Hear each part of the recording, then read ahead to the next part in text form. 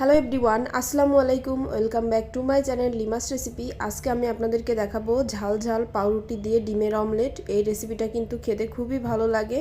তো এটা যাকে একবার খাওয়াবেন সে বারবার খেতে চাইবে। তো চলুন দেখিয়ে দিই কীভাবে তৈরি করেছি। এজন্য একটা মিক্সিং বলে আমি 1 বাটি পরিমাণে গাজর কুচি নিয়ে নিয়েছি 3টা পেঁয়াজ কুচি, আর নিয়েছি 3 টেবিল চামচ পরিমাণে ধনিয়া পাতা কুচি, আর দিয়েছি 2 টেবিল চামচ পরিমাণে কাঁচামরিচ কুচি, স্বাদ মতো লবণ দিয়ে এবার এই মিশ্রণগুলোকে একটু হাত দিয়ে ভালো করে মথে নিতে হবে, যাতে এর ভিতরে যে রসটা আছে সেটা বেরিয়ে যায়। তো এই জন্য আমি এটাকে একটু ভালো করে মথে নিব। তো ভালো করে মথে নেওয়া হয়ে গেছে। এর ভিতরে আমি দিয়ে দিব ডিম। তো একটা ডিম দিয়ে দিলাম, এরপরে আরও একটা ডিম দিয়ে দিব। 2টা ডিম দিলে এটা ভালো হবে যে পরিমাণ আমি দিয়েছি। আপনারা চাইলে এর অর্ধেকটা পরিমাণে মিশ্রণ দিয়ে একটা ডিম দিয়েও আপনারা এই ব্রেড অমলেটটা বানাতে পারবেন। তো এবার ভালো করে এইগুলো একটু মিশিয়ে নিব। আপনারা চাইলে কাজটা কিন্তু কাঁটা চামচ বা হ্যান্ড উইক্স দিয়ে করে নিতে পারেন। আজকে আমি হাত দিয়েই করব।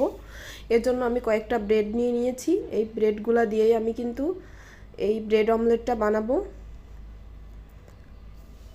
তো এবার চুলায় একটা প্যান বসিয়ে দিয়ে আমি তাতে 1 টেবিল চামচ পরিমাণে রুম টেম্পারেচারে থাকা বাটার দিয়ে দিলাম।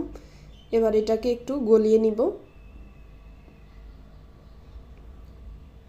তো গলানো হয়ে গেছে। এরপরে আমি একটা ব্রেডের টুকরা নিব এবং এই গাজরের মিশ্রণের ভিতরে ডুবিয়ে নিব ভালো করে, এভাবে যাতে ভালো করে সাইডগুলোতে মিশে যায়।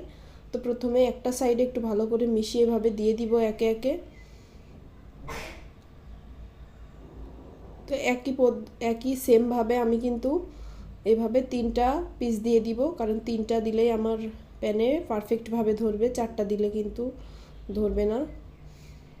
তো এই জন্য আমি সেম একইভাবে 3টা পিস দিয়ে দিলাম।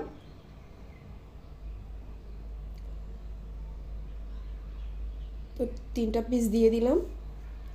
এবার এটাকে আমি একটু কিছুক্ষণ জাল করার পরে এটাকে আমি এর উপর দিয়ে দিয়ে দিব আর একটু করে, কারণ নিচের সাইডটায় লাগছে উপর সাইডটায় লাগেনি, এই জন্য আমি এর উপরে আরেকটু দিয়ে দিচ্ছি।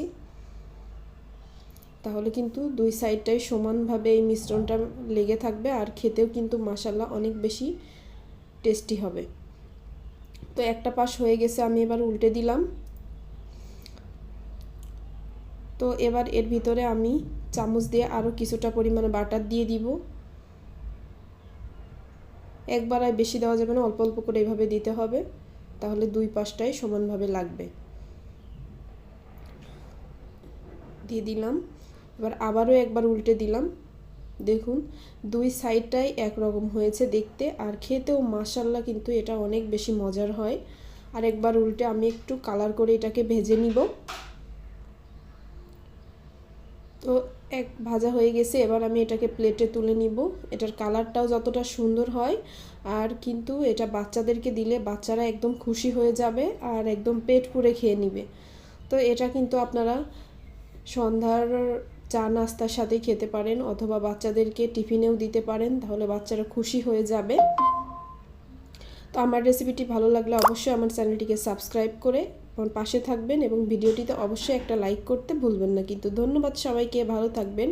আজ এ পর্যন্ত, এবং কমেন্ট বক্সে অবশ্যই আপনাদের মতামত আমাকে জানাবেন, তাহলে আমি সেইভাবে আপনাদের সামনে ভিডিও উপস্থাপন করব। আর ভুল ত্রুটি হলে ক্ষমা করবেন।